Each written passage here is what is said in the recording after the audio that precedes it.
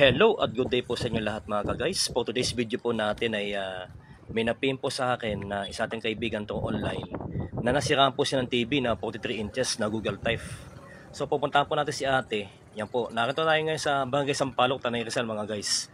So yan po yung daan, matarik po, dahan-dahan po ang kilos natin hanggang sa Makati po tayo sa kanyang bahay. So yan po guys, malapit na po tayo sa kanyang bahay. Samahan po nyo guys. So yan po, nabusan na po natin ang kanyang TV.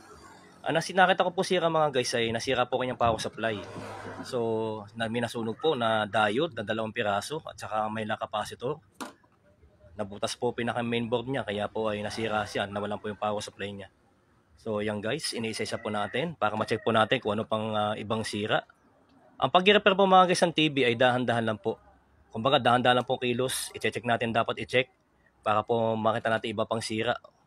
Troubleshoot po natin mga guys para ma-check natin kung ano pa yung mga dapat kailangan para po natin ma-repair natin, mapalitan natin ibang pyesa na mga nasira. So yan po guys, nabuo na po natin. Antayin po natin display niya mga guys kung lalabas na.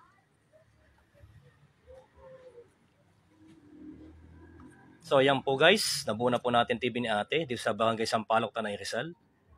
Yan po, hindi ko na sasabihin mga guys ang pangalan dahil ay nakita naman po nyo kung ano po ang display niya. Yan guys, napakaganda na po. Talaga pong tuwan-tuwa na si ate sa kanyang TV. Actually guys to, matagal na nating kausap to. Ngayon lang po niya na pinagawa. Dahil masyado siyang busy. Kaya po ay ngayon lang niya naisipan na ipagawa sa atin. Yan guys, napakaganda na po. At ito pong TV to ay Google Type na TV.